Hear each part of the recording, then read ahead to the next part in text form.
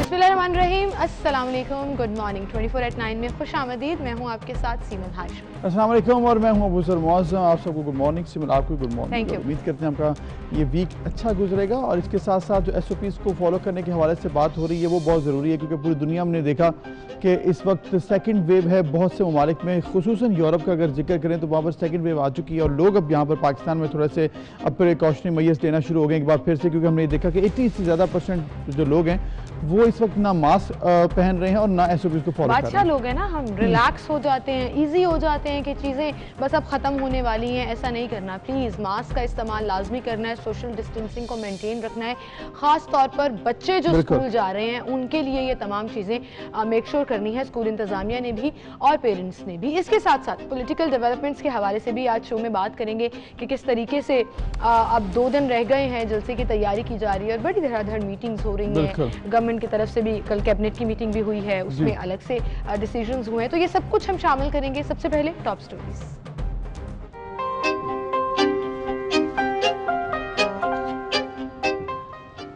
कमर तोड़ महंगाई ने आवाम को परेशान कर दिया। मुल्क भर में दालें, आटा, घी, चीनी, अंडे और दीगर अशियाए खुरनोश की कीमतें बढ़ने लगी। शहरी हुकूमत के खिलाफ फट पड़े। शहरियों का कहना है कि वज़ीर आज़म ने आज तक जिस चीज का नोटिस लिया उसकी कीमतें कम होने की बजाय बढ़ जाती हैं। काबीना इजलास में महंगाई की गूंज, वज़रा भी महंगाई के खिलाफ बोल पड़े। शेख रशीद बोले नवंबर दिसंबर में आटा मजीद महंगा हो सकता है। बताया जाए अद्वियात क्यों महंगी हुई। मुराद, सईद, नदीम, बाबर और उमर अयूब पर बरस पड़े। वज़ीर आज़म ने कहा कि महंगाई सबसे बड़ा मसला है, इसे हल करके ही दम लेंगे।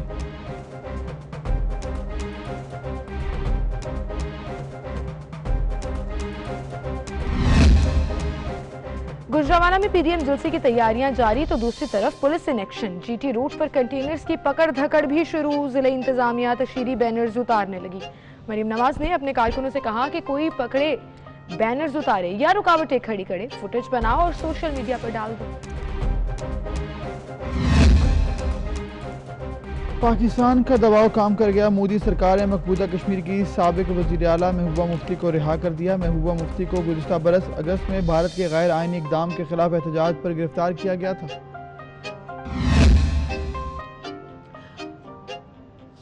कोरोना बुरहान की खिदमत सरअंजाम देने वालों को निशाने पाकिस्तान देने का फैसला। गवर्नर हाउस लाहौर में कोरोना हीरोज वॉल और किराने बाग की तैयारियां मुकम्मल। सदर मुमलिकत अवार्ड करेंगे। इंटरनेशनल क्रिकेट में स्पिन का जादू चलाने वाले जादूगर सईद अजमल ने जिंदगी की 43 बहारें देख ली।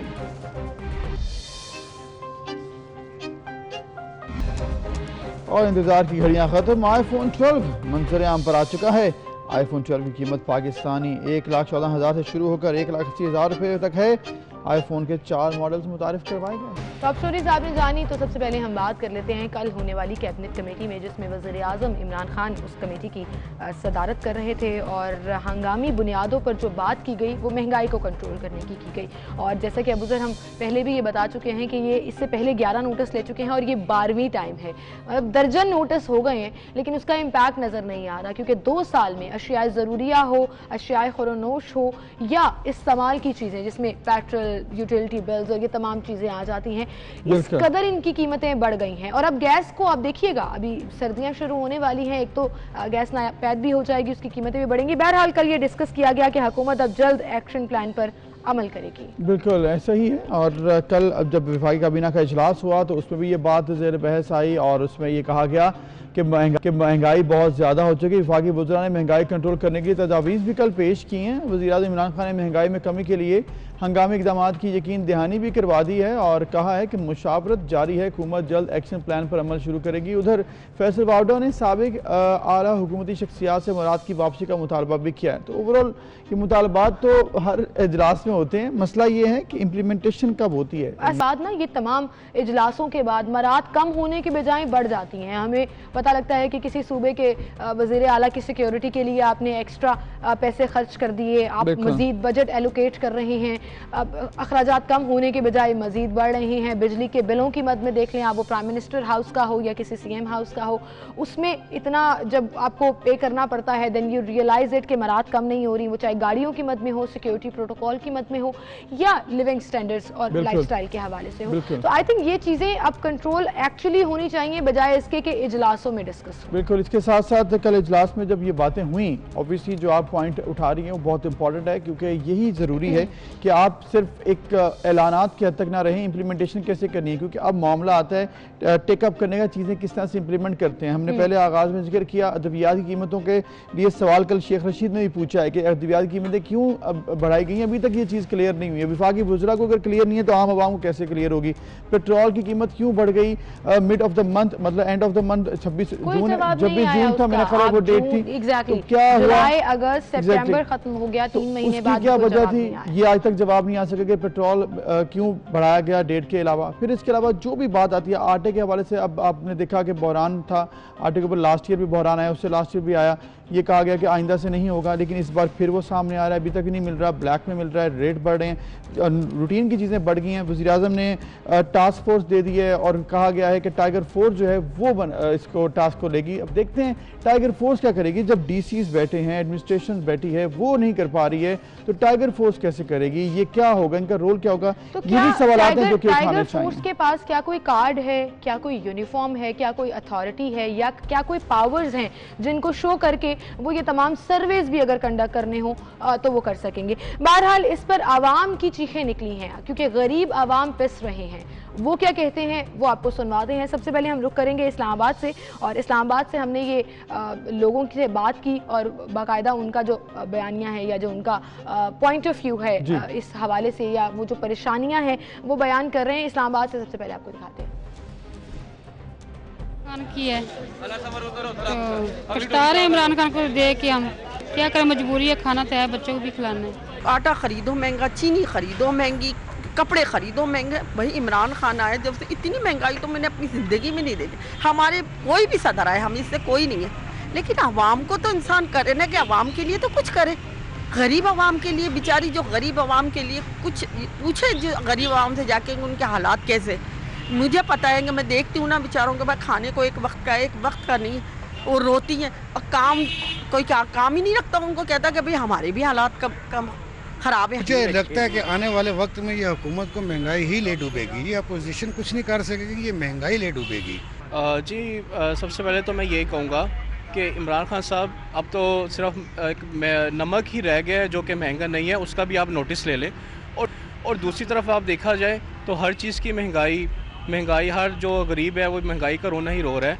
इनका जो भी है सियासी मामलात की तरफ इनकी तवज्जो है, जो असल जो इनकी तवज्जो होनी चाहिए, जिससे अवाम थोड़ी सी मुस्तफ़ीद हो जाए, उनकी तरफ इनकी बिल्कुल भी तवज्जो नहीं है। इस रियासत मदीना में इमरान खान को तो ये चाहिए था कि जो अपनी तनख्वाह है वो 18,000 के बराबर करता और फिर एक रोल मॉडल बनता कि देखें वाकई जो रियासत मदीना है उसमें इतना एक तनख्वाह पे हमारा गुजारा कर रहा है, जो कि हमारे इमरान खान साहब है उनका 4 लाख रुपये भी गुजारा नहीं हो रहा। आमदनी का ज़रिया महदूद है, ठीक है, और 25 पैसे आमदनी है, 50 पैसे 75 पैसे चीज़ें बढ़ गई हैं, सब्ज़ी, आटा, चीनी, घी, पत्ती आए दिन बढ़ रहा है। गरीब आदमी जाए तो किधर जाए, किसके पास जाए, किसको कहेगा ये सस्ता इंसाफ आप हमें दो। हर बंदे का बजट मुतासर हुआ है, छोटे से लेके बड़े का, किसी का काम किसी का ज़्यादा, लेकिन हर बंदा मुतासर हुआ है इसमें, ठीक है, हर बंदा मुतासर हुआ है, यही कह सकते हैं। हर बंदा मुतासर है, इसमें कोई शक नहीं है, और ऑब्वियसली तभी नोटिस लिए जा रहे हैं। अब देखते हैं इस पर इम्प्लीमेंटेशन कैसी है। ये थे इस्लामाबाद के शहरी। मुल्तान के शहरियों से भी हमने पूछा, उन्होंने क्या कहा, आपको दिखाते हैं। महंगाई तो इतने रोज पे पहुंच गई है और इमरान खान तो बस क्या बताएं, गरीबों को धकेले जा रहे हैं गुर्बत की तरफ। आटा सस्ता हो, चीनी सस्ती हो, मुल्क में कारोबार हो, गरीब आदमी दिन पे दिन मर गया है। महंगाई तो आटा सस्ता हो, चीनी सस्ती हो, तभी हालात बेहतर होंगे। इसमें इस्लामाबाद के एक शहरी ने अबूजर बात की थी कि 18,000 सैलरी पर इमरान खान साहब 1 महीना गुजारा करके दिखा दें तो शायद हालात बेहतर हो जाए। ऐसा होता नहीं है, I wouldn't say this, but मुझे फिर वो टाइम याद आता है जब ये कोट किया जाता था कि फलां मुल्क के वज़ीर आज़म जो हैं वो साइकिल पर ट्रैवल करते हैं तो मैं तो प्रोटोकॉल नहीं लूँगा। और इक़्तिदार में आते साथ ही सबसे पहले जो ट्रांसपोर्टेशन का मोड इस्तेमाल किया गया वो साइकिल तो बहरहाल बिल्कुल नहीं गई थी वो हेलीकॉप्टर था कि मतलब जमीन पर ही उन्होंने ट्रैवल करना वो नहीं किया था कि अपने घर से वो प्राइम मिनिस्टर ऑफिस जो है वो हेलीकॉप्टर पर जाते थे। Although it's in the past, लेकिन लोगों को सारी चीजें याद रहती हैं जब लोगों की अपनी पूरी। देखिए जी, इसके अलावा लोगों को ये याद इसलिए आ रहा है क्योंकि उनके मसाइल हल नहीं हो रहे हैं। अगर आज कीमतें कंट्रोल हों, अगर आज माफिया को कंट्रोल किया जाए, अगर आज जो मसाइल हैं उनका कोई हल निकाला जाए तो शायद लोग इस तरह की बातें ना करें, क्योंकि ये हैं बेसिक प्रॉब्लम जो कि लोगों के हल नहीं हो रहे हैं। अगर आटा नहीं मिलेगा, अगर आपको चावल, चीनी, दालें महंगी मिलेंगी, सब्जियां महंगी मिलेंगी, तो फिर तो ऑब्वियसली लोग बात करेंगे। और इसमें कोई शक नहीं है कि लोग गुर्बत की लकीर के नीचे जो लोग थे वो तो अफेक्ट थे ही हमेशा से। अब जो मिडिल क्लास है वो बहुत ज़्यादा अफेक्ट होगी, जिसकी वजह से ये लोग बोल रहे हैं। ये सब मिडिल क्लास लोग हैं जिनके घर पे मामला अब बहुत ज़्यादा बिगड़ चुके हैं। अच्छा, ऐसा नहीं है कि गवर्नमेंट ने कीमतें ज़्यादा रखी हुई हैं अशियाए खुनोनोश की। अब जब हम ये कहते हैं कि माफियाज हैं या मिडल मैन हैं तो वो एक्चुअली एग्जिस्ट करते हैं। आप लाहौर का जिक्र कर लें, आप फैसलाबाद का जिक्र कर लें, एक सरकारी नर्खनामा जारी किया जाता है जिसे मैं अपने 7 साल के करियर में अबूजर फैंटेसी पेपर कहती हूँ। बिल्कुल ऐसी है। वो फैंटेसी पेपर इसलिए है कि उसके ऊपर जो नर्ख लिखे होते हैं उन पर अमल दरामद नहीं होता। वो चाहे आप सब्जियों के फलों की बात कर लें, आप सब्जियों की कीमतों की बात कर लें, फलों की कीमतों की बात कर लें, अशिया ज़रूरिया की, एक्सेप्ट फ्रॉम यूटिलिटी स्टोर, क्योंकि वो तो फेडरल के अंदर आते हैं। अब यहाँ पर ओपन मार्केट में कीमत कुछ है, एरिया वाइज कीमतें कुछ है। मैं वही फल अगर किसी मंडी से लूंगी तो मुझे शायद कंपैरेटिवली थोड़ा सस्ता मिलेगा, मैं अपने घर के पास लूंगी तो 300-400 रुपया फी किलो ऐसे ही बढ़ जाएगा। ये तो एक है ना कि मार्केट में आपको मिल जाए, सरकारी कीमत पर आपको कहीं से मिलता है, लेकिन प्रॉब्लम अब जो बेसिक बहुत बड़ा ये बन चुका है, जो सरकारी कीमत तय होती है वो चीज ही नहीं मिलती है। आटा जो है वो मिल ही नहीं रहा है। क्यों नहीं मिल रहा? क्योंकि वो माफिया है या वटेवर है, कोई भी वजह बना लें, आटा क्यों नहीं मिल रहा? गवर्नमेंट ने तो कह दिया आटा इतने का मिलेगा अगर आप जाके ले लें, लेकिन है ही नहीं। इसी तरह से ये सब प्रॉब्लम्स हैं कि क्यों नहीं मिल रहा। अब फिर इसके ऊपर टाइगर फोर्स की क्या जरूरत पड़ेगी? जो एडमिनिस्ट्रेशन है उसका ये काम था, एडमिनिस्ट्रेशन क्या या वाकई फेल हो चुकी है या फिर वज़ीर आज़म को उन पर एतमाद नहीं रहा कि वो इस चीज़ को कंट्रोल कर सकते हैं। बिल्कुल। अच्छा, अब हम जरा कंट्रोलर्स से बात कर लेते हैं जो डिस्ट्रिक्ट वाइज इस चीज़ों को देखते हैं और किस तरह से मैनेज करते हैं और क्यों मैनेज नहीं हो पा रहा। हमारे साथ इस वक्त मौजूद हैं लाहौर से डीसी लाहौर मुदस्सिर रियाज मलिक साहब। अस्सलाम वालेकुम डीसी साहब। जी साहब, बहुत शुक्रिया वक्त देने के लिए। महंगाई महंगाई महंगाई ये नारा आप भी सुनते आ रहे हैं अपनी सर्विसेज में जो मुख्तलिफ जगहों पर आप रहे हैं। लाहौर शहर में एक सरकारी नर्खनामा जारी किया जाता है, वो सब्जियों के हवाले से भी, फलों के हवाले से भी होता है, अशिया ज़रूरिया के हवाले से भी होता है। अमल दरामद क्यों नहीं हो पा रहा उन कीमतों पर? क्या माफिया इतना स्ट्रांग हो गया कि हमारे सिस्टम के ऊपर है, पॉलिटिशियंस के ऊपर है, सियासत के ऊपर चला गया कि आवाम को अब सिर्फ माफिया जो है ना वो लूट रहा है? हुकूमत तो ऐसे बेबस नजर आ रही है, कोई रट नजर नहीं आ रही। देखिए, जो नर्खनामा है वो 2 किस्म का जारी होता है। एक डेली बेसिस पे होता है, यूजली हम मंथली बेसिस पे करते हैं, मंथली या 1 महीने के बाद। जो मंथली है उसके बाद होता है वो नॉन पैरिशेबल आइटम्स है, उनके ऊपर होता है। जो पैरिशेबल आइटम्स है लाइक सब्जी और फूल मंडी से लिए जाते हैं, वो डेली बेसिस पे नर्खनामा होता है। एक मैकेनिज्म है, दोनों का अपना मैकेनिज्म। जो पहले वाली मैंने बात की है उसके अंदर कंज्यूमर के नुमाइंदे भी होते हैं, ताजरान के नुमाइंदे भी होते हैं, एक प्राइस कंट्रोल के लिए भी होती है, ये करती है। इसके साथ साथ जो मंडी में है, जो डेली बेसिस पे जो नर्खनामा जारी होता है सब्जी और फूल का, उसके अंदर भी एक मैकेनिज्म है, वहाँ पर बोली होती है। उस बोली के बाद अभी भी जो प्राइस होती है प्रॉफिट लगा। डॉक्टर साहब, ये मैकेनिज्म की जो आप बात कर रहे हैं इसमें कोई शक नहीं है, मैकेनिज्म हमेशा से थे और हमेशा से हमने देखा है। मैकेनिज्म पर फॉलो करना ऑब्वियसली एडमिनिस्ट्रेशन का काम होता है कि फॉलो करवाए, उसको आम शहरी तक ये चीज़ पहुँचे। मैकेनिज्म तो बने हुए हैं। प्रॉब्लम अब यहाँ पर ये है जिसका ये इस वक्त हम जिक्र कर रहे हैं और जो हमारा इशू है वो ये है कि टाइगर फोर्स की ज़रूरत क्यों पेश आई? क्या एडमिनिस्ट्रेशन फेल हो चुकी है या एतमाद नहीं रहा गवर्नमेंट को एडमिनिस्ट्रेशन पर, तभी ये ज़रूरत पड़ गई? वजह इसकी क्या नज़र आती है आपको, या आपको ये हेल्प मिल जाएगी, इससे फ़ायदा होगा आपको? देखिए, क्योंकि ऑब्वियसली गवर्नमेंट के काम बड़े ज़्यादा हो गए, क्योंकि आबादी बहुत बढ़ गई। हमें फील्ड तक मैकेनिज्म तो चाहिए, मॉनिटरिंग मैकेनिज्म तो चाहिए। हमारे 51 मैजिस्ट्रेट्स हैं लाहौर के अंदर और क्रिटिकल मार्केट की आइडेंटिफाइड है 36, वहाँ पर जो जाते हैं जो मुख्तलिफ सोर्सेज हमें इंफॉर्मेशन आती रहती है, मीडिया के जरिए भी आती रहती है। हमें कंप्लेंट सेल्स है, प्राइम मिनिस्टर पोर्टल है, चीफ मिनिस्टर पोर्टल है, हमारे पास अपने डेली बेसिस पे कॉल करती हैं, हमारे थर्ड पार्टी डिपार्टमेंट कर रहा होता है।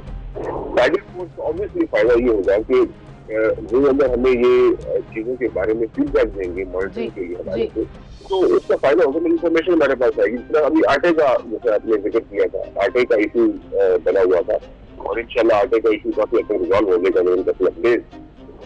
स्टिल बना हुआ है, 20 किलो आटे का थैला मिल नहीं रहा, 15 किलो में मिल रहा है।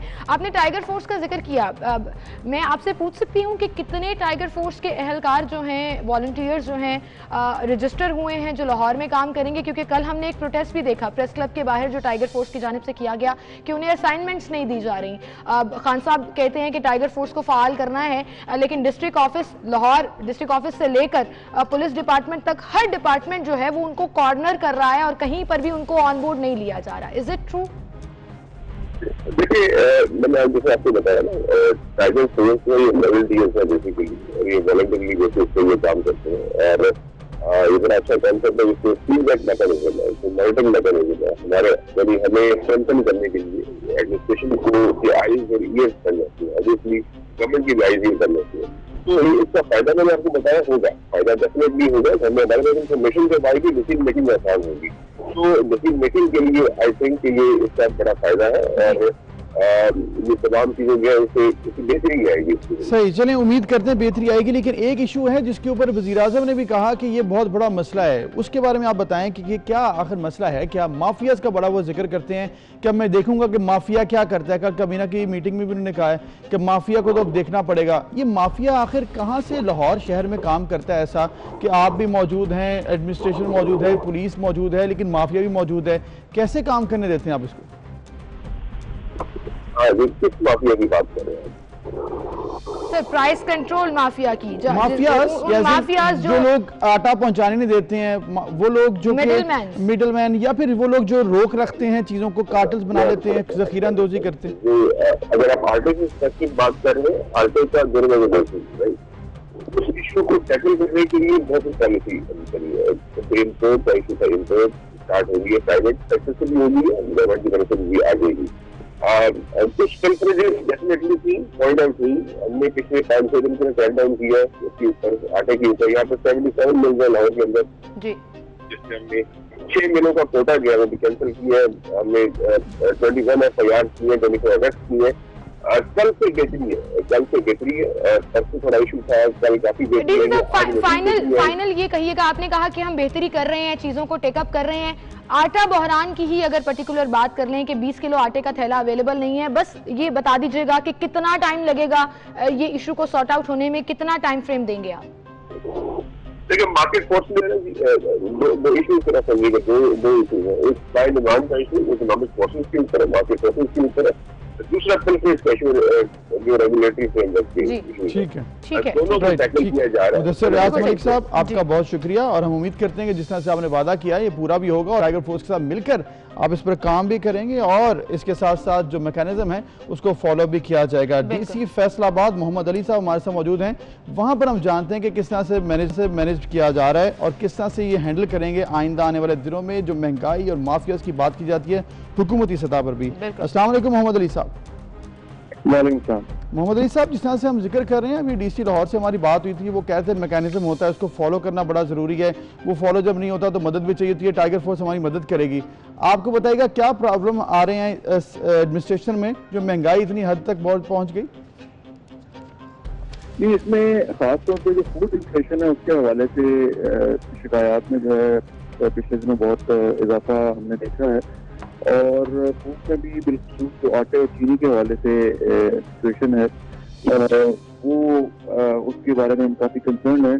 आटे के हवाले से क्योंकि डिमांड भी थोड़ा सा बढ़ना शुरू हो गई है, और दूसरा ये कि जो हमारी यहाँ पर मिल्स थी, फ्लोर मिल्स, उनके पास जो अपना प्राइवेट कोटा था या जो प्राइवेट गंदम है मार्केट में वो महंगी होने की वजह से आप सिर्फ गवर्नमेंट की जो तरफ से दी जाने वाली गंदम है उसके ऊपर लाए जा रहे हैं, तो इससे मार्केट में थोड़ी सी शॉर्टेज जो है वो पैदा हुई है। शॉर्टेज एक और चीज है, हम जो बात कर रहे हैं वो महंगाई की भी कर रहे हैं, जिसका जिक्र कल कैबिनेट कमेटी में भी हुआ कि सरकारी नेफनामे के ऊपर अमल दरामद नहीं हो पाता। कहाँ है प्राइस कंट्रोल मजिस्ट्रेट्स, कहाँ है वो जुर्मानों की शिकें जो डाली गई थी कि हम उन दुकानदारों को पकड़ लेंगे जो हमारी तय करदा कीमतों पर चीजें फरोख्त नहीं करेंगे। अवाम तो उससे भी परेशान है। देखिए, एक जो डिमांड सप्लाई का गैप है, मैंने जैसे कि आपको क्लियर किया है कि उसमें फैसलाबाद का जो जमीन का कोटा है वो आबादी के लिहाज से जरा कम है और हमने ये चीज गवर्नमेंट के साथ टेकअप भी की है। मगर ये कि अभी हमें जो पहले बस प्रॉब्लम आ रही है 860 रुपए का आटा जहाँ जहाँ हमारी सप्लाई जा रही है उसकी हमने मॉनिटरिंग बहुत सख्त कर दी है। एक तो जितनी फ्लोर मिल्स हैं उनमें हमने अपने रेवेन्यू के अमले को तैनात कर दिया ताकि हमें ये बिल्कुल एक एक बोरी का हिसाब हो कि कितनी गंदम आई, कितना आटा बना, वो किसके थ्रू और कहाँ कहाँ गया, ये पूरी चीज अब हमने जो है कल से इसकी मॉनिटरिंग स्टार्ट कर दी है। और कल हमने एक जगह पे एक्शन भी लिया है जहाँ पर उन्होंने लिखवाई 100 बोरियां थी आटे की और दी वहाँ 50 की। बिल्कुल सही। एंड आई थिंक जी बात कंप्लीट कीजिएगा। इस तरह की लीकेजेस हो रही हैं, उन्हीं की वजह से मैं समझता हूँ कि मार्केट में जो है आर्टिफिशियल शॉर्टेज पैदा की जाती है और उससे डिस्टॉर्शंस आती हैं। बिल्कुल सही। हम जो ट्रकिंग पॉइंट्स हैं जहाँ पर हम समझते हैं कि फॉर एग्जाम्पल हमारे जो सस्ते बाजार हैं वहाँ पर हम ये चीज़ सोच रहे हैं कि हम ट्रकिंग पॉइंट्स हैं वो स्टार्ट कर दें ताकि 860 रुपए का आटा जो है वो एक आम आदमी को मिल सके। चक्कियों के हवाले से क्योंकि हमारे पास 2000 के करीब चक्कियाँ हैं फैसलाबाद में, उन पे आटे की कीमत जो है वो वाकई मतलब मैं समझता हूँ एक आम आदमी की पहुंच से ज्यादा है, उनको रेगुलेट करने की जरूरत है। मगर उनमें से हम सिर्फ चंद चक्कियों को 200 के करीब चक्कियां सही डीसी साहब बिल्कुल सही कहा आपने। आई थिंक इस तरह के एक्शंस को मजीद एस्केलेट करने की जरूरत है ताकि ये माफियाज और कार्टल्स जिनका जिक्र वजीर आजम तक करते हैं कंट्रोल हो सके। आपने खुद भी एडमिट किया कि कीमतें बढ़ी है, कीमतें बढ़ने से आपका ताल्लुक नहीं है, लेकिन जो कीमतें तय की गई हैं उस पर अवेलेबिलिटी ना होना इससे आपका ताल्लुक है। और प्लीज मेक श्योर कीजिएगा कि आवाम को एटलीस्ट ये रिलीफ मिलता रहे कि गवर्नमेंट अगर कीमतें बढ़ा रही है तो एटलीस्ट उसी पर मिलते हैं, उसमें 100-200 बढ़कर कीमतें उनको ना। और यही काम है एडमिनिस्ट्रेशन का और इंतजामिया का कि किस तरह से इसको फॉलो अप करती है। एनीवेज उम्मीद करते हैं कि 1-2 दिन का जो टाइम दे रहे हैं इस पर अमल दरामद भी हो। बहुत शुक्रिया मोहम्मद अली साहब का और मुदस्सर रियाज मलिक साहब का जिन्होंने हमें वक्त दिया और बताया कि इसको सिचुएशन क्या है। एक ब्रेक फिर मिलते हैं।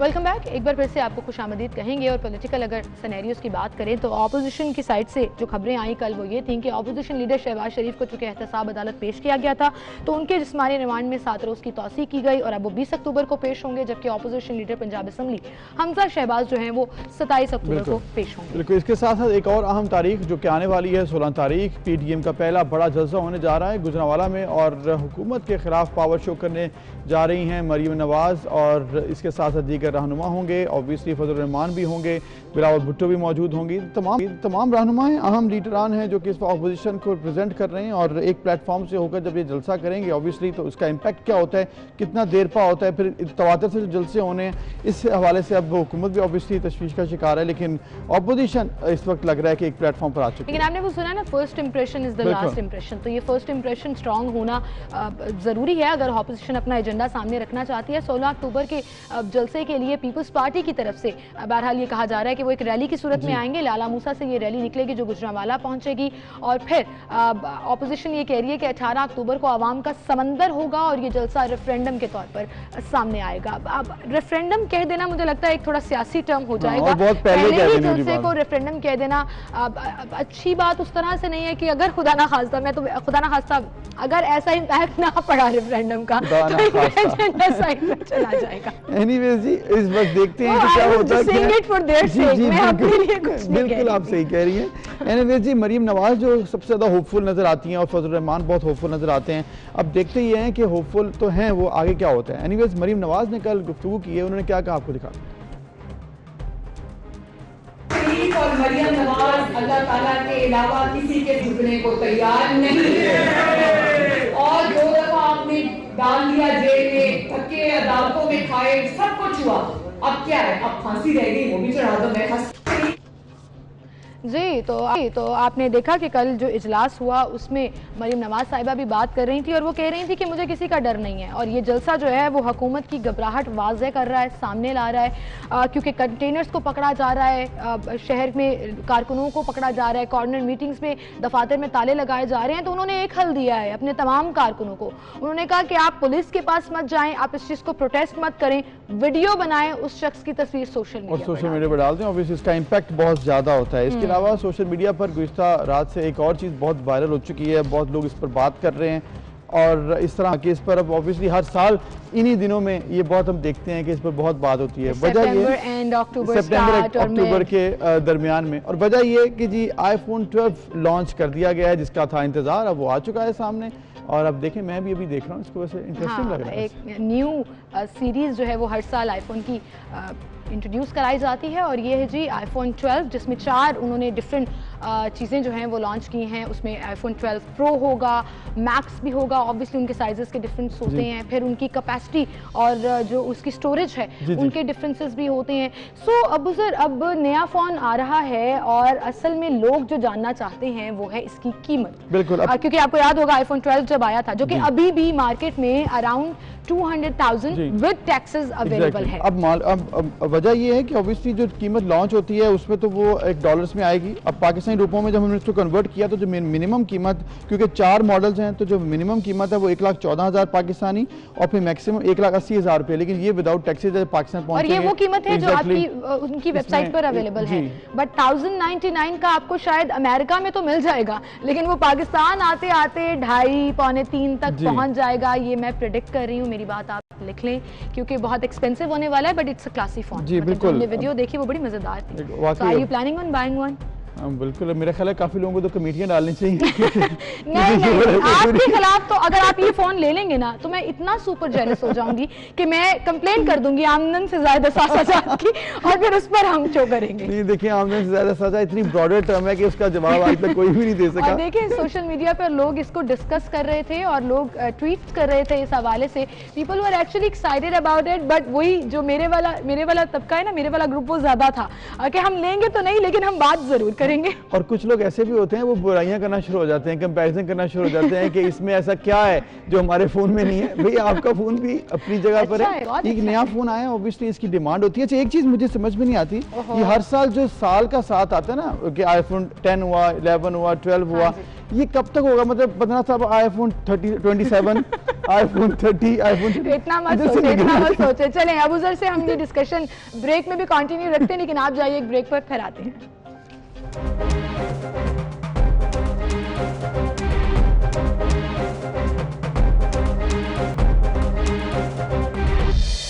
वेलकम बैक नाज़रीन। आज की डेट की मुनासबत से हम माजी के एक बेहतरीन अदाकारा को याद करेंगे जो कि हमारे बचपन में बहुत पसंद की जाती थी, और ऑब्वियसली हर कोई उनको ड्रामा सीरियल जो नाम था ऐनक वाला जिन, उनसे याद करता है। बिल्कुल, उनका वो कैरेक्टर इतना जानदार था कि आज सालों गुजरने के बाद भी वो कैरेक्टर अपने नुसरत आरा जी बिल बतौड़ी के नाम से जानी जाती थी, और हम उनकी बात कर रहे हैं। आज 3 साल हो गए उनको हमसे बिछड़े, और ये ड्रामा जो है वो 90s के बच्चों की मेमोरीज से लेकर अब तक भी लोग जो हैं वो एक एक कैरेक्टर को याद रखे हुए हैं, और कितनी जानदार अदाकारी थी वो आप अभी भी देख सकते हैं। तौड़ी ना सड़ी नासा चौड़ी, अद्दी मिठी अद्दी कौड़ी, इतना फेमस हो गया ये डायलॉग। लेकिन इसके साथ साथ जो मेरा एक और बड़ा फेवरेट डायलॉग था वो था, चुड़ैल नहीं तू डैन है, मेरी प्यारी बहन है, जो अभी हामून जादूगर ने बोला भी।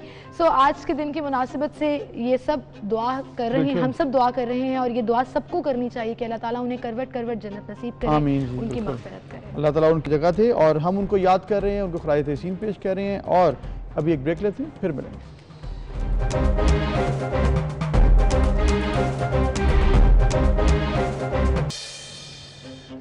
वेलकम बैक नाज़रीन। कोरोना के दिनों में एक मसला था जो कि अभी भी चल रहा है, और वो ये है कि अलाउंस के जो वादे किए गए थे वो नहीं मिले, और इसमें डॉक्टर्स भी शामिल हैं, पैरामेडिक्स भी शामिल हैं। और रिसेंटली जो मामला नज़र आया वो कराची, सक्कर, हैदराबाद समेत सिंध के अस्पतालों में मुलाजमीन ने इसी वजह से हड़ताल भी कर दी है। बिल्कुल, और ये एहतजाज जो है वो किया गया है कोरोना अलाउंस बंद होने पर। ये सिंध भर में एहतजाज किया गया है, और ग्रैंड हेल्थ अलायंस है जिसमें डॉक्टर्स भी हैं, पैरामेडिक्स भी हैं, वो सड़कों पर आ गए। और कल जो हमने फुटेजेस देखी कि किस तरीके से रेजिस्ट किया गया इस प्रोटेस्ट को, और फिर मैं चाहूँगी कि वो मनाजिर भी हम आपको दिखाएं, चूँकि हैदराबाद, सक्कर, लाड़काना, सांगड़, नवाबशाह, कुंदकोट समेत ये तमाम शहर हैं जहां पर ओपीडीज का बायकॉट किया गया इन तमाम पैरामेडिक्स और डॉक्टर्स की जानिब से। क्यों इतना एक्सट्रीम स्टेप लिया गया कि ओपीडीज बंद कर दी? और ओपीडीज आप यकीन जानिए अबूजर, वो वाहिद उम्मीद होती है उन गरीब पेशेंट्स की जिन्होंने जाकर डॉक्टर्स को चेक कराना होता है, और अगर अब रेगुलर चेकअप्स नहीं होंगे तो जाहिर है मरीज तो ख्वार होंगे। लेकिन क्या गवर्नमेंट से उनके मुज़ाकरात हुए हैं या नहीं हुए, इस पर हम बात करेंगे। और हमारे साथ, क्योंकि कराची में कल बड़ा ये ग्रैंड प्रोटेस्ट किया गया और सब ओपीडीज को बंद कर दिया गया। तो हमारे साथ दोनों नुमाइंदे जो हैं वो मौजूद हैं। बिल्कुल। अब एक जानिब तो ये आप देखें सिमरन के एक जानिब ये कहा जा रहा है कोरोना में जिन्होंने खिदमत सर अंजाम दी थी उनको पाकिस्तान की हुकूमत की तरफ से निशान पाकिस्तान देने का फैसला किया गया है, लेकिन दूसरी जानिब इस तरह से मामला है कि जो वादे किए हैं अलाउंस के वही नहीं पूरे हुए। तो ये आखिर हुआ क्या वजूहात हैं इसकी? एजाज अली कलेरी सीनियर रहनुमा यंग नर्सिस एसोसिएशन सिंध और डॉक्टर महबूब स्पोक पर्सन हैं GHA ग्रैंड हेल्थ अलायंस के, हमारे साथ मौजूद हैं। अस्सलाम वालेकुम आप दोनों को। वालेकुम अस्सलाम। डॉक्टर महबूब साहब, सबसे पहले आपसे हम बात करना चाहेंगे, ये बताइएगा ये क्या मामला इस वक्त, जो वादे किए गए थे वो निभाए नहीं गए या फिर पूरी तरह निभाए नहीं गए? क्या इशू है? इतना एहतजाज, फिर इस तरह से देखा सड़कों पर आ गए, वजह क्या नजर आई? हमारे इशूज़ को हाईलाइट किया। असल इशूज़ जो है ये जो इशूज़ जो हमारे हेल्थ प्रोफेशनल्स, जो डॉक्टर्स, पैरामेडिकल, नर्सेस के जो इशूज़ चल रहे हैं ये 2011 से चल रहे हैं। ये इन लोगों के लेक ऑफ इंटरेस्ट की वजह से, ना काम करने की वजह से हमारे इश्यूज़ पेंडिंग में पड़ते गए। फिर कोविड आ गया। कोविड में हमने प्रोटेस्ट नहीं किए। कोविड में पहले हमने इनको काफ़ी मिन्नतें की, हमने डिमांडें पेश की, हमने इनसे मीटिंगें की, फिर इन लोगों का कोई इंटरेस्ट नहीं था। फिर 3 माह पहले हमने ग्रैंड हेल्थ अलायंस बनाया जिसमें हमने चार्टर ऑफ डिमांड पेश किया था, जिसमें हमारे चार्टर ऑफ डिमांड था कि जो भी हमारे हेल्थ प्रोफेशनल वर्कर्स हैं जो पूरे सिंध में जो काम कर रहे हैं हॉस्पिटल्स में, उनको हेल्थ रिस्क अलाउंस दिया जाए। और जो हमारे जो हेल्थ प्रोफेशनल जो काम कर रहे हैं उनको लिए शोधा पैकेज अनाउंस किया जाए, उनके लिए आप हेल्थ इंश्योरेंस पॉलिसी अनाउंस करें। और जो पेंडिंग जो डिमांड्स हैं, जो टाइम स्केल और जो डॉक्टर्स हेल्थ प्रोफेशनल्स के जो हैं उनको कोई टाइम स्केल 2011 से उनकी फ़ाइलें वहीं टेबल पे पड़ी हुई हैं। अगर आप उनके पास जाओ तो उनके लिए 5-5 घंटे वेट करना पड़ता है। कोई फ़ाइल पुटअप करने के लिए इनके लिए 3 महीने वेट करना पड़ता है। ये छोटी छोटी बातें, इशू बढ़ते गए, आज बातें अभी यहाँ तक आ चुकी हैं। 3 माह पहले जो इनके जो नुमाइंदे थे नासिर शाह साहब और सईद गनी साहब, उन्होंने वादा किया था कि आपकी डिमांड को जो फर्स्ट डिमांड है हेल्थ रिस्क अलाउंस हम आपको मुहैया करते हैं। बकिया जो डिमांड्स आपकी हैं वो आपको हम डिमांड्स एक्सेप्ट करेंगे। पर 3 माह के बावजूद कोई वर्कअप नहीं हुआ, कोई काम फॉरवर्ड नहीं हुआ, वही फाइलें आया है। और ये जो वादा किया गया था सईद गनी साहब की तरफ से, क्या आपको हेल्थ रिस्क अलाउंस या कोविड अलाउंस मिला है तमाम प्रोफेशनल्स को, पैरामेडिक्स हों या डॉक्टर्स हों? इसमें तमाम हमारे हेल्थ प्रोफेशनल्स को काफ़ी हॉस्पिटल्स जो नवाबशाह है, हैदराबाद है, वहाँ हमारे जो पोस्ट ग्रेजुएट ट्रेनिंग PGs काम कर रहे हैं, अभी तक उनको कोविड अलाउंसेस मिला ही नहीं है। आपने पहले कोविड अलाउंस बंद कर दिया है। देखा जाए कि आप लोग एक जगह कह रहे हैं कि कोविड केसेस बढ़ रहे हैं सिंध में, पूरे पाकिस्तान में, ऊपर से आप ये रिस्क अलाउंस बंद कर रहे हैं। ये आप लोगों की कहानी हमें समझ नहीं आती। या अगर हम काम करना चाहते हैं, अभी भी हमारी सिर्फ OPDs बंद है, हमारा कोविड, लेकिन OPDs बंद होने से नुकसान बहुत हो रहा है मरीजों का। इसके बाद ये तो अलग मामला है डॉक्टर महबूब साहब, इस पर भी हम बात करते हैं थोड़ी देर बाद आपसे कि आखिर ये एहतजाज का तरीकाकार क्यों बनाया जाता है हर दफ़ा, क्योंकि मरीज इससे बहुत परेशान होते हैं। लेकिन पहले एजाज अली कलेरी साहब से उनका मौक़िफ़ जान लेते हैं। एजाज साहब आप बताएं, नर्सिस के इशूज़, पैरामेडिक्स को भी रिप्रेजेंट करते हैं आप, ऑब्वियसली सारे मामलात हैं, इशू क्या है? क्या एक दफ़ा भी कोई अलाउंस नहीं मिला, कुछ भी नहीं मिला दौरान कोरोना के जब ये इशू था, इमरजेंसी डिक्लेयर थी? जी देखें, सबसे पहले तो मैं सिंध हुकूमत की तरफ से जो नोटिफिकेशन विड्रॉ किया गया उसकी सख्त अल्फाज में मज़म्मत करता हूँ। और इस वक्त जो है सिचुएशंस बहुत वर्स है पूरी दुनिया में, और सिंध में भी एक्टिव केसेस का डेली जो है डे टू डे जो है वो बढ़ रहा है। और उस टाइम पे सडनली इस जो है वो अलाउंस को विड्रॉ करना, ये हेल्थ प्रोफेशनल्स और फ्रंट लाइन फोर्स के साथ जो है बहुत बड़ी ज़्यादती है, क्योंकि हमें सिर्फ यही अलाउंस दिया जा रहा था जो 17,000 रुपये ग्रेड 1 से ग्रेड 16 तक और 17 एंड अबव को 35,000 दिया जा रहा था। ये गवर्नमेंट की हमारे साथ कमिटमेंट थी और हमने वर्किंग रिलेशनशिप को अच्छे तरीके से बढ़ाने की कोशिश की। अनफॉर्चुनेटली जो यहाँ की ब्यूरोक्रेसी है और यहाँ के जो पॉलिटिशियंस हैं वो अपने जो वादे हैं वो निभाते नहीं हैं, और इनका डे 1 से यही एटीट्यूड रहता है कि जब तक हेल्थ प्रोफेशनल्स या दूसरे डिपार्टमेंट के लोग रोडों पे नहीं आते और वो अपनी आवाज। ये सवाल ये है कि क्या कोरोना के दिनों में जितनी देर लॉकडाउन रहा या कोरोना पीक पर भी था, क्या आप लोगों को रिस्क अलाउंस मिला था? जी, हमें रिस्क अलाउंस बिल्कुल मिला, 3 महीने का मिला, जबकि हमारे साथ इनकी कमिटमेंट थी कि ये मार्च से दिया जाएगा, मगर उन्होंने ये कमिटमेंट हमारे साथ पूरी नहीं की। हमें जुलाई से दिया, 3 महीने हमारा वो खाया इन्होंने, और हमें सिर्फ 3 महीने दिया गया, जबकि ये एक्चुअली आपको पता है कि इस वक्त कोरोना और तेजी से यानी कि 3 महीने का सिर्फ रिस्क अलाउंस दिया और अब नोटिफिकेशन वापस ले लिया और कोरोना अलाउंस जो है वो खत्म करने की बात भी की जा रही है। डॉक्टर साहब, मैं आपकी तरफ आऊंगी।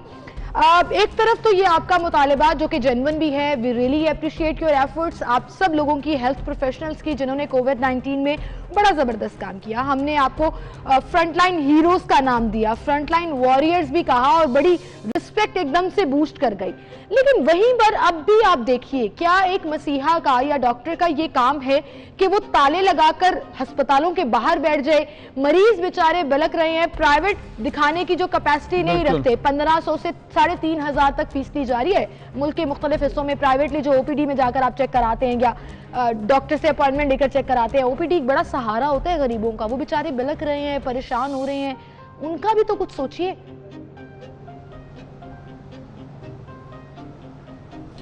असल बात ये कि चलो आपकी तो बात सही है, अगर इदारों में अगर हमें इत्माद में नहीं लिया जाएगा, हेल्थ प्रोफेशनल्स को इनकरेज नहीं किया जाएगा, तो आखिरी उनके रिएक्शन यही होते हैं। अगर जो पेशेंट अगर जो सफ़र कर रहे हैं, इसका जिम्मेवार सिंध गवर्नमेंट है, हेल्थ डिपार्टमेंट। नहीं, ऐसे नहीं है कि आप रिएक्शन ऐसे होते हैं, ये डॉक्टर साहब ऐसे नहीं है। रिएक्शन ये नहीं होता, रिएक्शन ये होता है कि आप मुज़ाकरात करें, आप और तरह से एहतजाज करें, कोई टाइम दें, लेकिन ओपीडीज बंद करना, मरीज लवाहिकीन परेशान है, वो सफ़र करें, वो तो आपके हवाले से बात करें कि इनके खिलाफ कार्रवाई की जाए।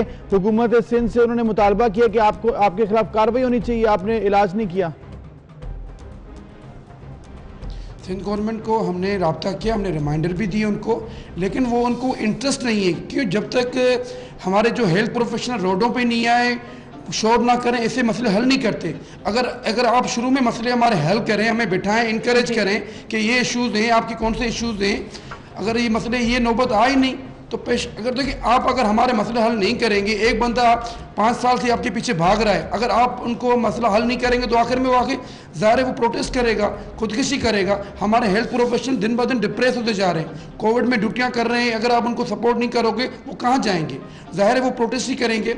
आज जो भी कुछ हो रहा है उसका डिपार्टमेंट जिम्मेवार है, सिंध गवर्नमेंट डिपार्टमेंट। आपकी बात मैंने पहले भी बोला कि बिल्कुल वजह है, जेन्युइन मुतालिबा भी है और इस चीज़ के ऊपर गवर्नमेंट को टेकअप करना भी चाहिए। आपके प्रोटेस्ट के खिलाफ भी कोई बात नहीं कर रहा। ये जो हड़ताल की जाती है, जो ताले लगा दिए जाते हैं, और आप लोग भी फिर मैं ये कहूंगी कि वही वतीरा अपनाते हैं कि अगर गवर्नमेंट नहीं सुन रही तो मरीजों का इलाज करना बंद कर दो। जब इलाज करना बंद करेंगे तभी शायद हमारी सुनवाई होगी। आपको नहीं लगता कि ये थोड़ी सी सेल्फिश अप्रोच हो जाती है? आप निकले सड़कों पर, कर लें एहतजाज, आपका जमहूरी हक है, स्ट्राइक करने का क्या पॉइंट है? ओपीडी को ताले लगाने का क्या पॉइंट है?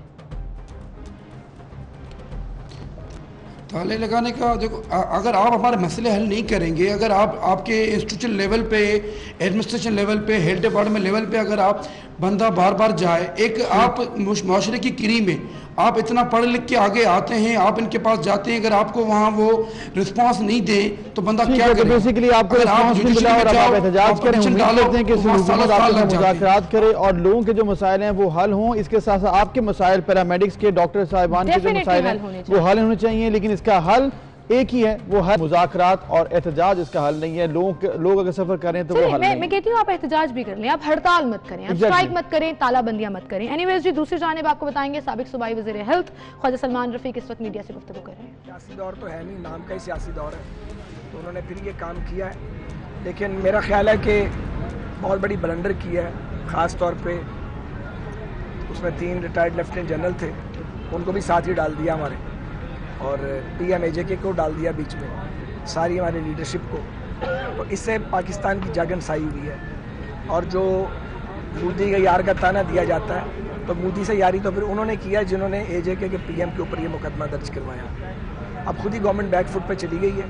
हमने तो उनको बिल्कुल भी नहीं कहा कि आप हम पे केस ख़त्म करें, क्योंकि ये जो बगावत के मुकदमे हैं, ये बगावत के तमगे हैं असल में, और ये इस बात का सबूत होते हैं कि मुल्क में आज़ादी तकरीर और तहरीर नहीं है। आप बात करेंगे तो धर दिए जाएंगे, बात करेंगे तो मुकदमात बनेंगे, बात करेंगे तो फिर आपके पीछे एहतसाब जो है वो उसके फंदे में आपको फंसा दिया जाएगा। ये पाकिस्तान में खैर पहली बार हो भी नहीं रहा, इतना माइंड भी नहीं करना चाहिए। हर आमराना दौर में यही कुछ हुआ इस मुल्क में। बदकिस्मती ये है कि 72 साल में हमने सीखा कुछ नहीं और हमारे पॉलिसी मेकर्स अगर सीख लेते तो आज पाकिस्तान ये दिन न देखता। मैं कल सखर गया हुआ था, उस मोटरवे पे मैंने पहली बार ट्रैवल किया है। पाकी वजीर साद रफीक मीडिया से गुफ्तगू कर रहे थे, मुझे थोड़ी सी कंफ्यूजन हो गई, मैंने सलमान रफीक वो भाई हैं इनके, भाई हैं एग्जैक्टली। ख्वाजा साहब जो हैं वो प्रेस कॉन्फ्रेंस कर रहे थे जो आपने मिलाया। और ऑब्वियसली ये जो सिचुएशन इस वक्त है, जलसे उन्होंने कहा रुकेंगे नहीं, हमारी तहरीक रुकेगी नहीं, क्योंकि इस वक्त पीडीएम के जलसे जोरों शोर से होने वाले हैं। एनीवे जी, देखते हैं आगे 16 तारीख से क्या होता है। एक ब्रेक लेते हैं, फिर मिलते हैं।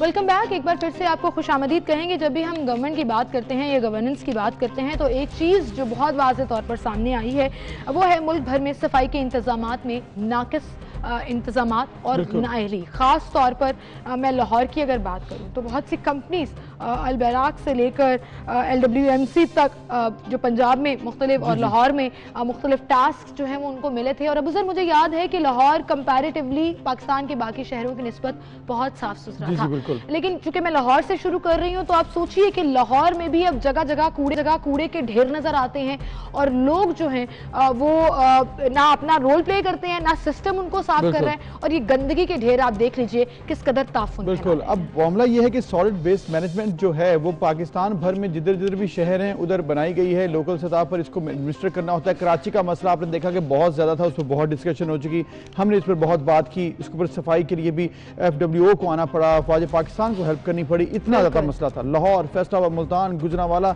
ये तमाम शहर वो हैं जहाँ पर ये एडमिनिस्ट्रेशन मौजूद है। लेकिन प्रॉब्लम क्या है ये समझ नहीं आती है कि आखिर आपके पास बजट नहीं है, आपके पास वो चीज़ें नहीं है जहाँ से आपने सफाई करनी है, या फिर आपने जहाँ पर वेस्ट जाकर रखना है, जहाँ पर आपको ऑब्वियसली आपने डिस्पोज भी करना होता है, वो मैनेजमेंट नहीं है। लेकिन एक चीज़ तो क्लियर है कि पाकिस्तान भर में सफाई के इस वक्त नाकिस इंतजाम हैं और शहरी पाकिस्तान भर में हमने जब पूछा उनसे तो वो परेशान नजर। बिल्कुल, डंपिंग साइट्स तो मौजूद हैं कुछ सिटीज में जहां पर बाकायदा सिस्टम है, लेकिन वो इतनी फुल हो चुकी हैं कि अब आप ऑल्टरनेट डंपिंग साइट के बारे में नहीं सोच रहे, आप तो सफाई के बारे में ही काम नहीं कर रहे। बहरहाल इस पर लोग क्या कहते हैं उस पर हमने 2 सवाल पूछे। पहला ये कि आपके यहाँ सफाई की सूरत हाल क्या है ताकि असल हकीकत भी आवाम बयान कर सके खुद। दूसरा सवाल हमने उनसे ये पूछा था कि क्या सफाई सिर्फ हुकूमत की जिम्मेदारी है, क्या सिस्टम की जिम्मेदारी है, आप सब लोगों का कोई रोल नहीं है इसमें आवाम ने क्या कहा आपको ये सुनवाएंगे हम। तो सबसे पहले हम चलते हैं जी फैसलाबाद, मुल्तान, कराची और इस्लामाबाद। ये वो 4 शहर हैं जहाँ से लोगों ने हमसे बात की है और आपको दिखाते हैं उन्होंने क्या कहा है। एज अ शहरी अगर सफाई का ख्याल रख रही है तो हमें भी चाहिए कि गली मोहल्लों में कूड़ा ना फेंकें और जहाँ भी नज़र आए उसे डस्टबिन में फेंकें ताकि हमें अच्छा शहरी होने का हक अदा किया जाए। हमें सफाई का ख्याल रखना चाहिए और गली और बाज़ारों में कूड़ा नहीं फेंकना चाहिए और हमें अच्छे शहरी होने का सबूत देना चाहिए। वहाँ पर कोई सफाई वगैरह नहीं है, ना गलियाँ बनी हुई हैं, कुछ गलियाँ बनी हुई हैं बाकी ऐसे ही हैं, और नालियाँ भी कोई सीवरेज का कोई इंतज़ाम नहीं है। बारिश आती है तो वहाँ पानी खड़ा रहता है। सफाई के बहुत गंदे इंतजाम है, कोई इंतजाम नहीं है उधर। हफ्ते में महीने में 1-2 दिन झाड़ू वाले आते हैं, नाली बंद, गटर बंद, बहुत गंदे इंतजाम है वहाँ। कराची के वैसे हर मामले में वारिस बन जाते हैं, लेकिन जब कचरा उठाने की बात आती है, कराची में बारिश का पानी निकालने की बात होती है, कराची में सड़कों की बुरी हालत है, कचरा इतना है, ताफुन इतना है, पानी खड़ा है जगह जगहों पे, तो उस हवाले से मतलब ये लोग वारिस नहीं बनते, बाकी इनको हर मामले में वारिस बनना होता है। कचरे की सूरत हाल हमारे इलाके में तो बहुत बेहतरीन है, हर दूसरे तीसरे दिन कचरा उठता है, रोज़ाना की बुनियाद पे नहीं उठता। हम हुकूमत से यही अपील करते हैं कि इनकी जो ड्यूटी है KMC DMC की, ये रोज़ाना की बुनियाद पे कचरा उठाएं। नहीं, पब्लिक का जो है वो अपना किरदार है वो अदा करे, वो कचरा सही जगह पे जो जगह वहाँ फेंके, और गवर्नमेंट का काम ये वो वहाँ से वो उठाए। बिल्कुल, दोनों अपना अपना किरदार अदा करें। अब पब्लिक भी कुछ गलत करती है और जो गवर्नमेंट है वो वहाँ से उठाती नहीं, कचरा का ढेर लग जाता है, बुरा हाल हो जाता है। सफाई के लिहाज से तो ठीक है, लेकिन अगर हम लोग गंद ना डालेंगे तो वो बेहतर होगा। मतलब कि हमारे भी हुकूमत का काम है कचरा उठाना, लेकिन हम भी तो कचरा डाल रहे हैं जगह जगह पे। हमारा ये काम है कि हम जहाँ पे कूड़ेदान बने हुए वहाँ पे अपनी जिम्मेदारी का मुजाहरा करें, कचरा हर जगह पे नहीं हमें फेंकना चाहिए। जो है ना बेसिकली जो इस्लामाबाद के जो अर्बन एरियाज़ हैं वहाँ पे जो सफाई के जो सिस्टम है वो एज़ कम्पेयर टू बेहतर है दैन जो रूरल एरियाज़ हैं। और ये हुकूमत की जिम्मेदारी भी है, साथ साथ हमारी जो आवाम है उनकी रिस्पॉन्सिबिलिटीज़ भी बनती है। अगर वो हमारे साथ आवाम करेगी, कोऑपरेट करेगी तो ये काम ज़्यादा बेहतर वे से हो सकता है और ज़्यादा ये नीट एंड क्लीन हमारी जो भी रोड्स और जो भी हमारी जी शहरियों ने। और ये चीज़ एक चीज़ तो वाज़ेह हो गई, हाँ एग्जैक्टली, एक चीज़ तो वाज़ेह, जब तक रोल प्ले नहीं करेंगे सफाई नहीं होगी। बिल्कुल, इन शहरियों ने ये ज़रूर कहा कि इसमें हमारी भी जिम्मेदारी है और सफाई निस्फ ईमान है, सिर्फ कहने से बात नहीं बनती, इस पर अमल भी करना होता है। आप अपने एंड पर ज़रूर अपनी जिम्मेदारी निभाएं, लेकिन जो गवर्नमेंट का एंड है वो ये है कि इसको आपने ठिकाने लगाने, सफाई का इंतजाम करना है, बेहतर मैकेनिज्म बेहतर करना है, उसको फॉलो करना है, ये बड़ा ज़रूरी है। तो ये इसको देखना होगा क्योंकि ये सिर्फ एक शहर का मसला नहीं है, एक इलाके का मसला नहीं, पूरे पाकिस्तान। अपने घर को साफ करके बाहर गली में कूड़ा फेंक देना, अपनी गाड़ी को साफ करके गाड़ी से चीजें बाहर ये नहीं होना चाहिए, ये कहीं आपकी रिस्पॉन्सिबिलिटी नहीं है। इनफैक्ट आप गुनाहगार भी हो रहे हैं और वो गुनाहगार से मेरी मुराद गंदगी फैला रहे हैं, आपका निस्फ ईमान जो है वो खराब हो रहा है। Exactly, so I think we should all promise and make a resolution कि हम ना सिर्फ अपनी गाड़ी, अपना घर, अपनी जगह साफ करेंगे बल्कि अपने इर्द गिर्द के माहौल का भी ख्याल रखेंगे। बिन्स बने हैं यार, उनमें फेंके, और इसके बाद जो बिन्स बने हैं उनसे जिसने उठानी उनकी भी जिम्मेदारी है, और अगर वो नहीं उठाएंगे तो हम तो हैं ही उन पर बात करने के लिए। ठिकाने लगाएं, मैकेनिज्म है उसको फॉलो करें, ये बड़ा जरूरी है। एनीवेज हम उम्मीद करते हैं कि आइंदा आने वाले दिनों में लोग, शहरी जो हैं वो भी इसको फॉलो करेंगे और हुकूमत की जो एडमिनिस्ट्रेशन की जिसकी जिम्मेदारी है वो भी इसको फॉलो करेगी और लोगों के लिए कुछ आसानी पैदा करेगी। इसी के साथ एक ब्रेक ले लेते हैं, फिर आते हैं।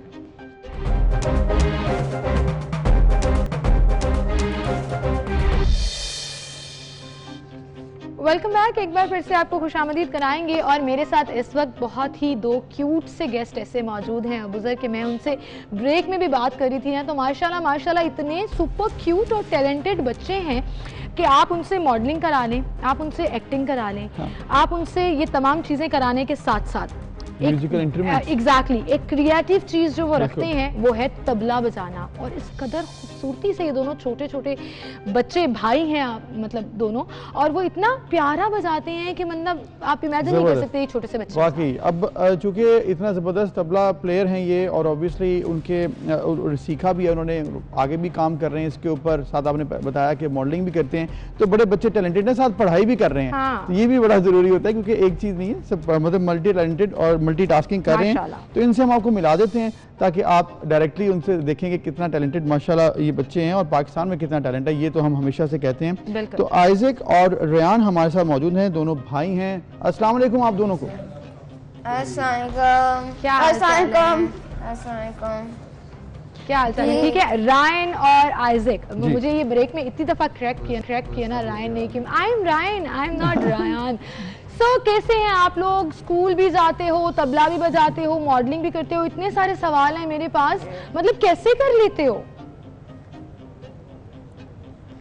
ये सब कुछ? हमें टाइम, अब देखें अभी लॉकडाउन है, मतलब लॉकडाउन नहीं, कोरोना वायरस फैल रहा है, तो हम घर पे बैठे हुए बोर होते हैं, तो हमारे पास बहुत कुछ करने के लिए होता है। Very nice. अच्छा, तो बेसिकली बहुत कुछ करने को था तो आपने सोचा कि क्यों ना अदर एक्टिविटीज़ में भी आपको इंटरेस्ट लेना चाहिए। तो ये बताएं कि जो आपने म्यूज़िक इंस्ट्रूमेंट है ये तबला, ये बड़ा इस रीजन का बड़ा फेमस चीज़ है, लेकिन ऑब्वियसली इसका एक बड़ा मुश्किल चीज़ है इसको बजाना, इसको सीखना। किसने सिखाया पहले तो बताएं, शौक इसका कैसे पड़ा, फिर सीखा कैसे? देखें हम ये हमारे जो डैड थे वो तबला बजाते हैं। अच्छा। तो हम उनको देख के हम कहते थे कि हम भी बजा सकते हैं, तो हमने बजाने शुरू कर दिया। जो हमारे डैड के उस्ताद थे हमने उनसे सीखना शुरू किया और उसके बाद हमें एक साल हो गया प्रोफेशनली सीखते हुए। तो हमने हमारे जो सर हैं उनका नाम है सर जहानिया। जहानिया, जबरदस्त। और वो आपको सिखा रहे हैं। सो आइज़ेक, ये जो तबला है ये बड़ा मुझे लगता है कॉम्प्लिकेटेड है क्योंकि उसमें हर चीज़ का बड़ा ख्याल रखना पड़ता है। आप छोटे हो, रायन बड़े हैं, सो दोनों की आपस में सिंक्रोनाइजेशन कैसे होती है, कितना टाइम देते हो इसको? प्रैक्टिस हम करते हैं, मैं तो करता हूँ 1 to 2 hours और दूसरा भाई 1 या 2 hours कर लेता हूँ। ओके, और रायन के साथ आप 30 minutes अच्छा 15 मिनट्स 30 मिनट्स। अच्छा मतलब आइजक मुझे लगता है मेहनत करते हैं ताकि सिंक्रोनाइजेशन आपस में हो जाए दोनों की, ऐसा ही है जी। अच्छा जी, जबरदस्त माशाल्लाह। आइजक मेरे से बहुत बेहतर बजाता है। अच्छा वाह जी वाह। आप बस बताएं रायन और आइजक, आप दोनों एक एक करके पहले बताइएगा कि आप आइडियल कौन है आप दोनों के म्यूजिक में। ऑब्वियसली इंटरनेशनल आप भी फॉलो करते होंगे, नेशनल लेवल पे भी फॉलो करते होंगे, डैडी तो हैं ही, वो तो होते हैं सभी के आइडियल, लेकिन इसके अलावा और किन को आइडियल बनाया हुआ आपने? देखिए तबलीग के लिए जाकिर हुसैन है, Zakir Hussain, and for everything dad and mom, for family it's dad. Of course, dad Zakir is Hussain का नाम तो always the बनता था hero. वैसे, मैं भी एक्सपेक्ट कर रहा था कि ये होगा। अच्छा ये जो मुझे अब बताएं कि आपने एक कहा कि प्रोफेशनली आप सीख रहे हो, लेकिन फिर उसके बाद सोशल मीडिया के ऊपर बड़ी धूम मच गई। 2 भाई हैं, तबला बजाते हैं और क्या ज़बरदस्त बजाते हैं, और जब आपकी वीडियोस लोग शेयर कर रहे होते हैं ना तो मुझे इतनी खुशी होती है। आई एम अ फॉलोअर, मैं आपकी बहुत बड़ी फ़ैन भी हूँ इस तरह से कि मैं देखती हूँ कि इतने क्यूट से बच्चे इतने ज़बरदस्त तरीके से फुल एक्सप्रेशंस देकर बजा रहे होते हैं, तो मज़ा आता है कमेंट्स पढ़ के सोशल मीडिया जो लोग पसंद कर रहे होते हैं। ये मजा आता है, मजा आता है, मतलब सब तारे होते हैं। मजा तो आपको आता है। Interested. You are not interested, why? ये काम पे फोकस कर रहे हैं। Interested in Instagram, I am interested in. क्या बात, वाह जी वाह। अच्छा ये जबरदस्त, तो बिल्कुल सुनना ले। अब इससे पहले बस एक चीज और रह गई थी मेरे माइंड में, क्योंकि ये बड़ा जरूरी है कि ये बताएं कि तारीफें तो हो रही हैं आपके टैलेंट की, पढ़ाई में कैसी तारीफें होती हैं? पढ़ाई में भी तारीफें हो रही हैं ना, पढ़ रहे हैं सही तरीके से? जी बहुत। हम तो हमारे जो डैड है उन्होंने हमें MBA कराया। नहीं, हम लॉकडाउन में बोर्ड थे बहुत। अच्छा। तो हमारे जो डैड थे उन्होंने हमें पूरा कॉमर्स, O लेवल कॉमर्स, पूरा MBA का कोर्स और O लेवल बायोलॉजी इतना कुछ पढ़ लिया हम कर रहे हैं। हमारी मामा जो है वो हमें O लेवल बायोलॉजी कराया। अरे जबरदस्त। बट अभी कौन सी क्लास में हो? अगर एकेडमिक वाइज देखी तो आइजक और रायन, आप कौन सी क्लास? आप 6 में हो और आइजक? मैं 6 में हूँ। दोनों 6 में? 3 में। अच्छा जी, आप थोड़ा सा हमें कुछ सुना दें जिसमें आप इंटरेस्टेड हैं। ये जिस तरह से आपने जबरदस्त तरीके से हाथ चलाए थे, तो मैं चाहती हूँ कि कुछ आप हमें सुनाएं। ओके चलें, ठीक है, चलें जी। Let's start. Yes let's start. Just give me 1 second. Okay, that's alright. Take your time. जबरदस्त है ना? I like this version better.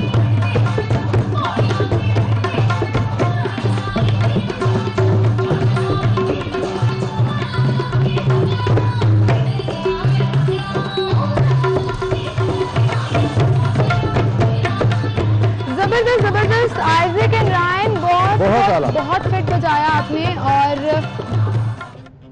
ये जो वर्जन है ना फ्यूजन वाला, ये ज्यादा मजेदार है। आइजक जबरदस्त, रायन जबरदस्त। बट मैं आपसे एक बात पूछना चाहती हूँ। मैं ख्याल है वो उसमें बिल्कुल फोकस है, इतनी ज्यादा है कि They're still playing. Yes. So बड़े वाले रायन को समझ आ गई और उसने बोला कि आइजक को बात करना चाह रहे हैं। अच्छा आप दोनों को मैं ये कहना चाह रही हूँ कि बड़ा ज़बरदस्त आपने प्ले किया, और अगर इब्रारुल हक प्लीज़ मेरे से नाराज़ मत होइएगा, but I like this version better कि इसको भी इंक्लूड करना चाहिए था, इतना ज़बरदस्त नहीं लगा। अच्छा आइडिया। तो मुझे ये बताओ कि अभी आपने कहाँ परफॉर्म किया है, और अपना थोड़ा सा ये एक्सपीरियंस शेयर करो कि लोगों के सामने जब आप बजाते हो तो फिर नर्वसनेस तो नहीं होती है? मतलब क्या प्लान है आपका? आगे क्या प्लान करना चाह रहे हो, उस पे आगे लेकर जाना चाह रहे हो? नर्वसनेस नहीं होती, नर्वसनेस नहीं होती। कहीं परफॉर्म नहीं किया। अच्छा अभी हमने कहीं वैसे परफॉर्म नहीं किया, हम बस इंस्टाग्राम पे पोस्ट करते हैं यहाँ बैठ के वीडियो। गेस्ट के सामने कर लेते हैं, आते हैं। अच्छा गेस्ट के सामने। रिलेटिव्स तो बड़ा पसंद करते होंगे जब कोई ईद आई या कोई अच्छा ऐसा मौका आया, तो आप दोनों को तो कह देते होंगे, फरमाइशें आ जाती होंगी, लो जी शुरू करें जी, रेयान और आइजक, कैसे होता होगा जी? बस फिर आप मुझे और अबूजर को इनवाइट कर रहे हो घर पे, क्योंकि मैंने लाइव सुनना है।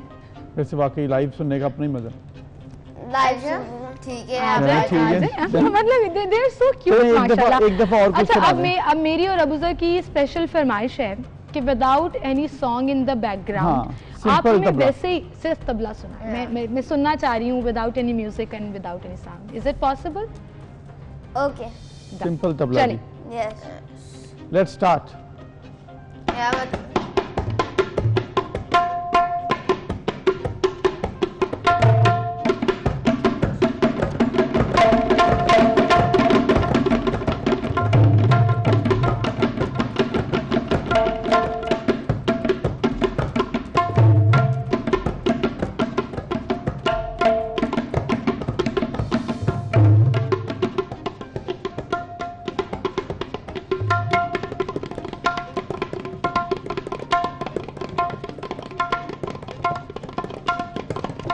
जबरदस्त, वेरी नाइस, बहुत आला, जबरदस्त।